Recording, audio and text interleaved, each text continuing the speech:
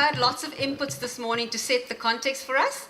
And so what we're going to do now is hear from all of these amazing humans who have made a contribution and continue to make a contribution in education, to just share with us. They each have about 3 minutes, just to share with us their thoughts and responses to what they think are possible in the landscape of education. And here's the thing, ladies and gentlemen, I want to ask you please to listen very carefully. There are no right or wrong contributions here.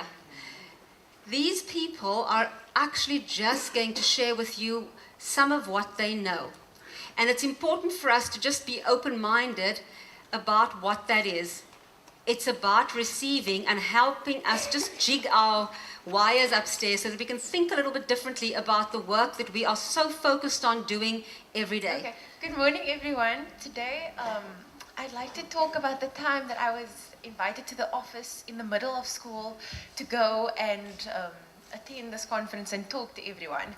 And when the idea of education in a few years was presented, the first thing I thought, it flashed through my mind, I swear, I really wasn't thinking about it, was having no school at all.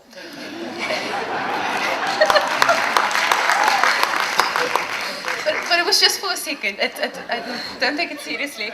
And I realized that a lot of the students who in high school and in primary school, they don't see the relevance in their education and they don't understand what's the purpose of it. So I think that education in the future, it needs to inform us more about why we are learning things and to what extent we are learning them for.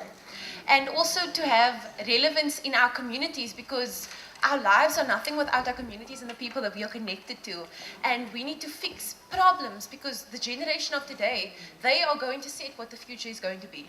And we can all fix these problems that we see in our communities if we are given the empowerment and if we are told that we can.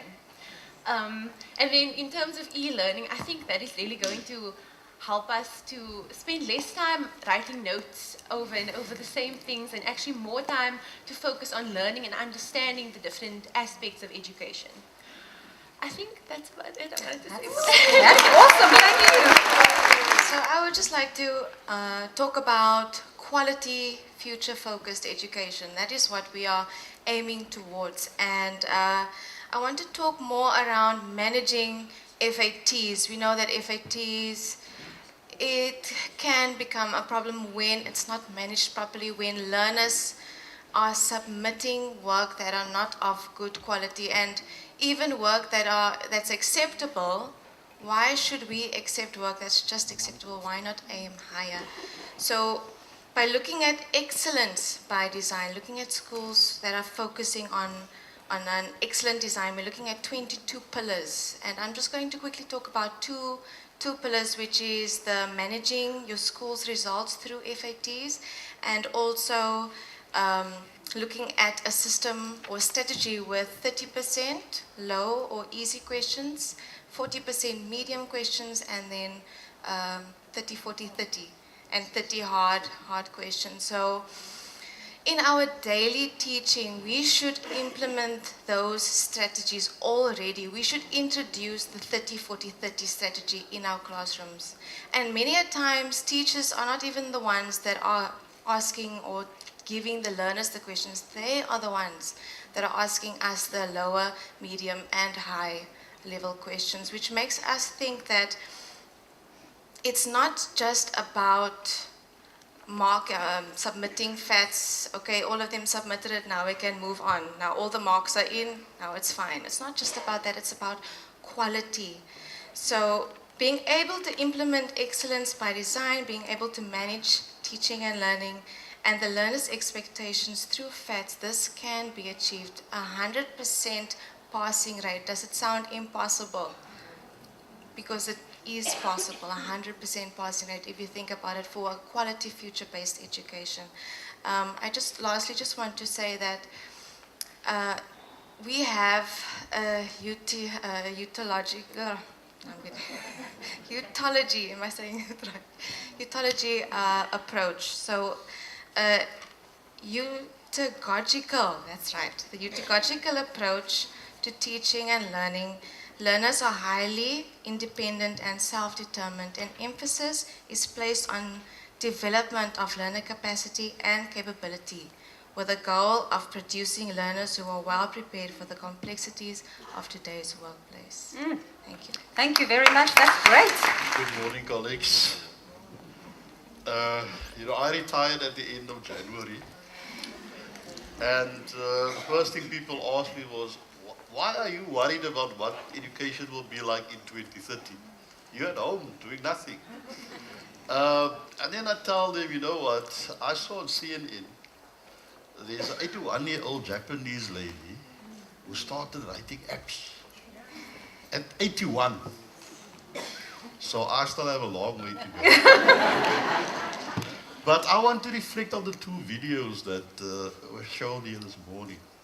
And I want to start with the one reflecting on the landscape of the Western Cape. I've been a principal in Atlantis for 22 years, but I started working in Atlantis in 1984, which meant I traveled from Paarl to Atlantis every day for almost 35 years. But when I was in my office and I looked through the window, I looked straight into the headquarters of the 28th gang, right across the road from the school. And it was scary at first because whatever you wanted to do, you had to consider these kind of things that impact on your environment. But when I left the school at the end of January, the school had 7 computer rooms with about 35 PCs in each of them. We could easily seat 350 learners simultaneously. And on top of that, with the support of the education department, we've also introduced a lot of e-tools. And the computers are at really top-end entry level at the moment.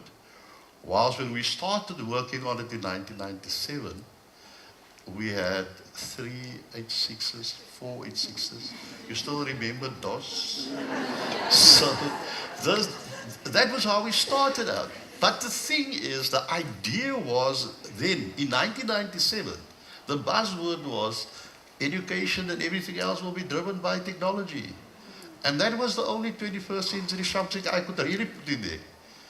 Get all the grade 10s and 11s and 12s of the school to do CAT as a subject. I know it's not recognized very well, but because all the matriculants in Atlantis do it, and I want to throw this to the minister, we used to win every year at the award ceremony, the school with the highest number of matriculants doing CAT. And in this year, it disappeared. Minister, what changed? Because we're still the biggest number of kids in the province who's doing CAT. For the era, I think it was important, but it was other things, other thoughts that drove us to decide that we want to put as much computers and technology in the school. Number one, Atlantis, we just heard now, there's some improvement in job opportunities. For the record, I recruited the first people who started to work in the HeyMath. We had the sessions in the school, and it was during December a couple of years ago. But at the time we were planning IT, factories were closing down in Atlantis. People were without jobs. So the decision was made at the school that we will get all the kids to do computers. Because if they fall out of the system, they will end up competing better for job opportunities.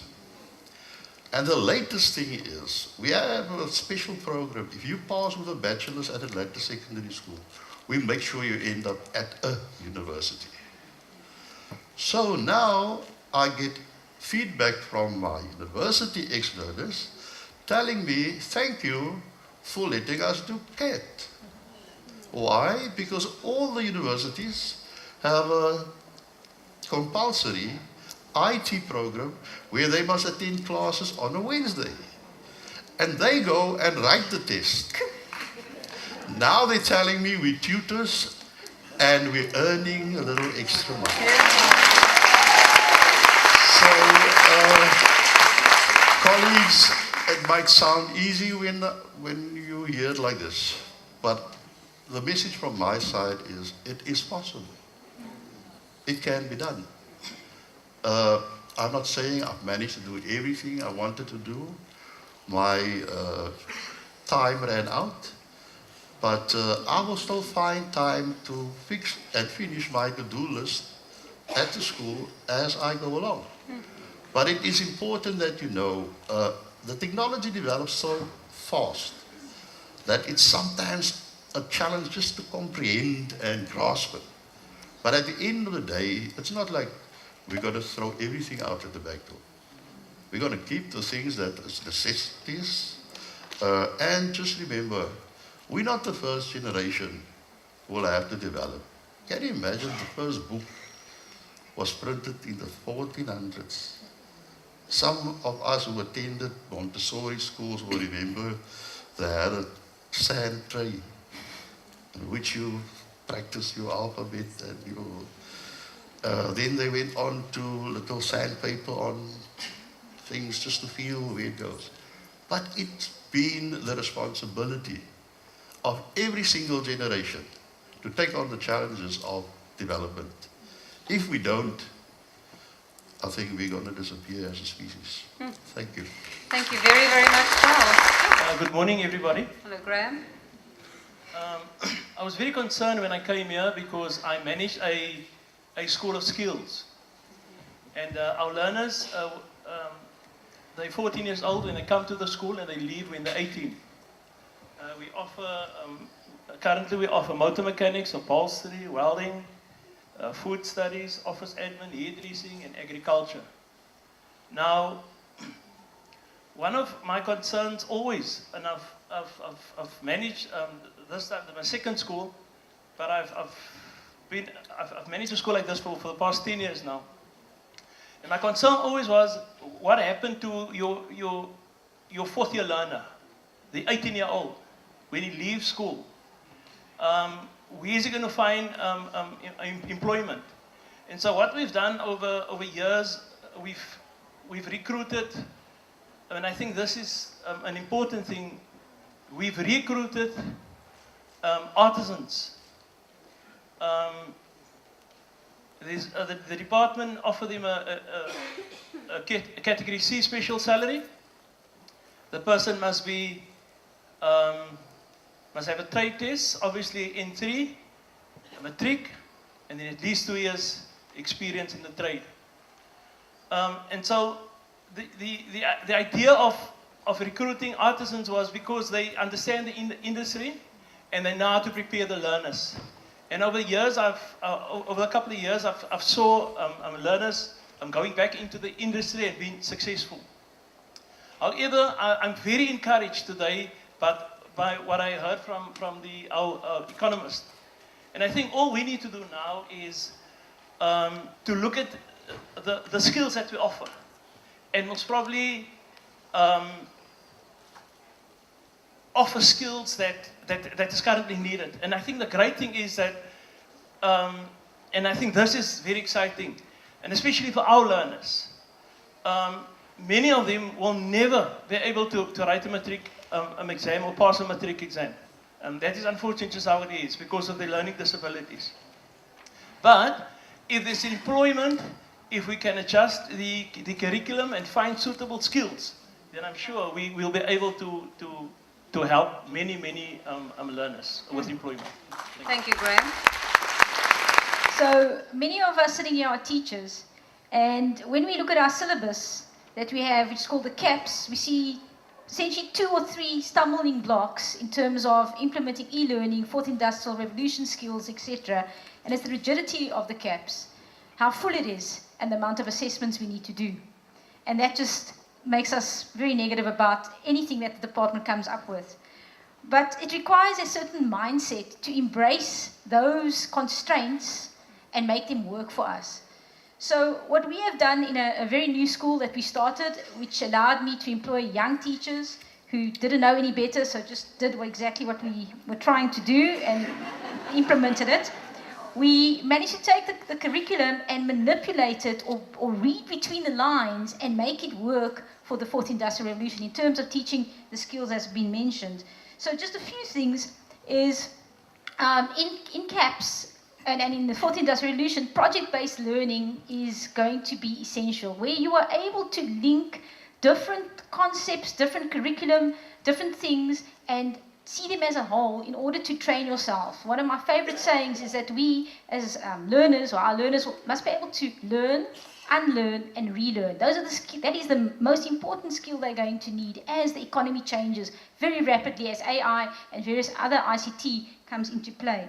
So project-based learning, taking your kids out of the classroom, linking different curriculum in one concept. So let's say we take them out to a museum, the Holocaust Museum, for example. We have a number of good museums here in the Western Cape. You get them to look at history. You can look at geography, urbanization. There is science involved there. There is maths involved. And we teach our learners a holistic problem-solving ability. We enhance those ability. Another technique you can use in your classrooms, which allows you, within the rigidity of the CAPS, to still teach problem-solving, is the flipped classroom approach. So it's very daunting, because you essentially, as a teacher, we are all powerful. You know, we're used to standing up there, talk and talk. You know, and the learners will learn from you. But in a flipped classroom, the learners know, and they teach you. So it takes a lot of prep, and it takes a lot of hard work, but you essentially put the learning in the hands of the learners. And this is what the young lady just said. Where is the relevance? When I stand up there and I teach you fractions, where is the relevance? So we make it relevant to the learners by allowing them to direct their own learning through flipped classrooms. Then this growth mindset of teachers is extremely important. When you, as a leader in your school, need to ensure that your teachers are on board with you, that they want to learn with you, that they want to learn with the learners. One of the advantages that I have had is that the learners have pushed us.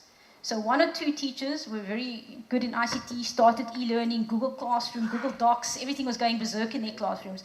And I remember one of them coming saying to me, because I still teach, why aren't you using this in your classroom? So I thought, well, I can't be behind, because seriously, I'm the most competitive person I know.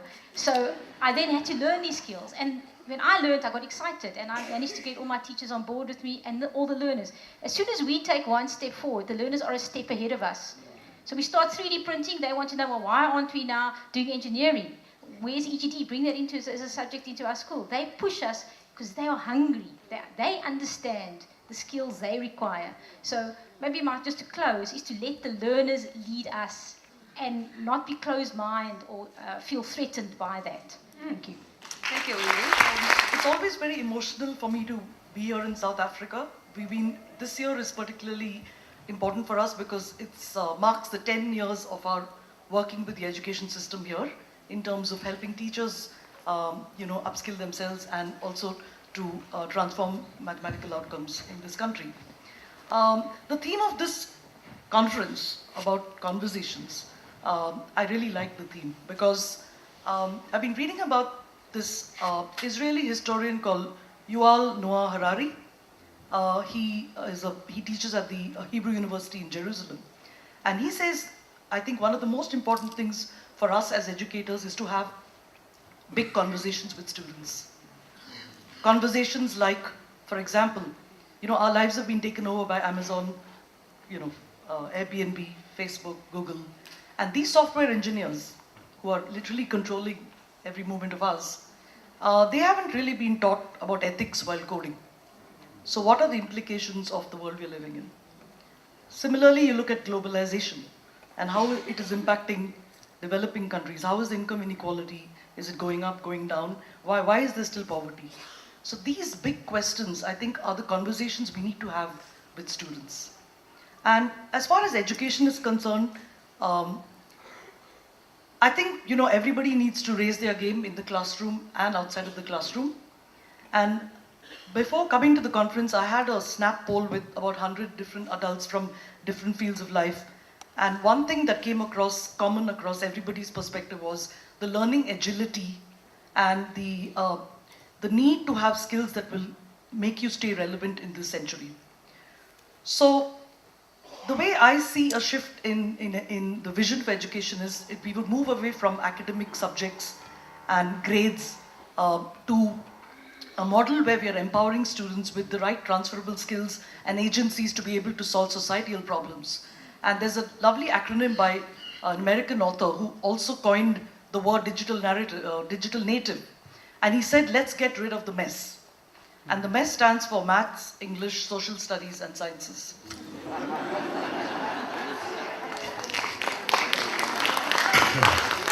And he said, let's replace them by transferable skills. Can we think of algebra as a proxy for symbolic and abstract thinking? Can we think of language as communication? Can we think of social sciences as human conflict? Can we talk of English literature as, human behavior? And science as, inquiry and skeptical thinking. So if we look at these subjects not as subjects but as transferable skills, then we are really preparing our learners to become T-shaped individuals, where they have depth of expertise in any one area of specialization, but they're able to really connect the dots across a very large horizontal. So the bar at the top is the horizontal skills, which are multidisciplinary thinking. And I just want to quote one more really good example of this. A professor from Rockefeller University, Joel Cohen. And I would urge all of you to read this article because I'm sitting here with teachers and principals. And this is very interesting. What he says about the power of multidisciplinary thinking is, mathematics is biology's next microscope, only better. So the way the microscope revolutionized biology in terms of seeing objects that earlier the naked eye couldn't see, that really opened up the field of biology. And the way the microscope played a role for biology, mathematics is going to play that role for biology because of the ability to go through vast amounts of data and to be able to inform biologists about the understanding of their field better. Similarly, biology will be mathematics next physics, but only better. So the way physics revolutionized mathematics and pushed mathematicians to understand calculus and find solutions that they were struggling with in terms of the universe and astronomy and things like that. Similarly, today, biologists will push mathematicians to come up with models which will make life easier for them. So this multidisciplinary thinking brings me to the point that I think one of the challenges for teachers would be to become cross-curricular specialists and to be able to develop projects and tasks which require this kind of interdisciplinary thinking. And one wonderful example from the field of arts, because you mentioned about art, I came across this really good project where a student has to write a 3,000-word essay on looking at, through the medium of art, to understand why men have dominated women over centuries in different societies. And so can you look at feminism? Can you look at, male dominance through the, even from simple fairy tales? The female is always the victim in every fairy tale, from Grimm's fairy tales to all our Indian, comic books as well. So can we relook at that and see, through the medium of art, how we can deal with this very big societal issue? So it's going to be a very difficult task for teachers to become cross-curricular specialists. But I think their biggest role is to help students find their passion. And I think also part and parcel of that will be to help them develop their social and emotional skills. I think that is going to take center stage. And with the death of values in Silicon Valley and the loss of trust in institutions worldwide, whether it is government, whether it is the corporate sector, media, I think humanity will become the center of all conversations. And ethics, empathy, resilience, leadership, these are things that AI and robots can never replace. Thank you. Thank you. I think that, I'll be very, very brief. I think the problem that there's an issue with curriculum design, but the problem that I see is that you have 56% of the population without matric. Forget the pass rate in matric. That's the issue. So you can't ignore 56% of the population in developed sectors and the economy and social justice and all of those things. So that's the problem. I don't understand the idiosyncratic nuances. I know there's issues in the household, there's gangsterism and everything else that limits kids from getting to school, but that's the first thing. The second thing is that 4 hours here, yes, but there are hundreds of skills that will never be automated. A plumber. right? Someone needs to jump in a van, go to you, open up the cupboard, and look where it's leaking. There's hundreds of those jobs that cannot be automated. Plumbers, auto mechanics, those type of things, and that's where education can play a big role. The next is there's a degree of practicality, right? So, you know, the one message I'd like to leave here with you is that engage with firms, speak to firms. You know, we've got these ICT programs and lots of other programs that's done after school through CETAs and everything else. Firms don't want to take those candidates. And to drive the point through, right, we give firms 2,500 to 3,500 rand a month to take candidates. We pay their salary. We give them education, and firms still say, I don't want them, right? Because, you know, it's some of the things that's mentioned here, you know, you have an obligation to your employer, get to work on time, right? And then even the things that you learn, there's one university which I won't mention because I was clapped from a dizzying height mentioning this university. But in the province, and they have an information systems degree without teaching one single line of code. How bizarre is that, right? So I think these aren't big problems. They are, I mean, the consequences are big, but fixing the problems is very, very easy. And I think it starts by speaking to firms and also speaking to your other sister departments like social development and. Thank you so very much. Can I have a round for our panel, please?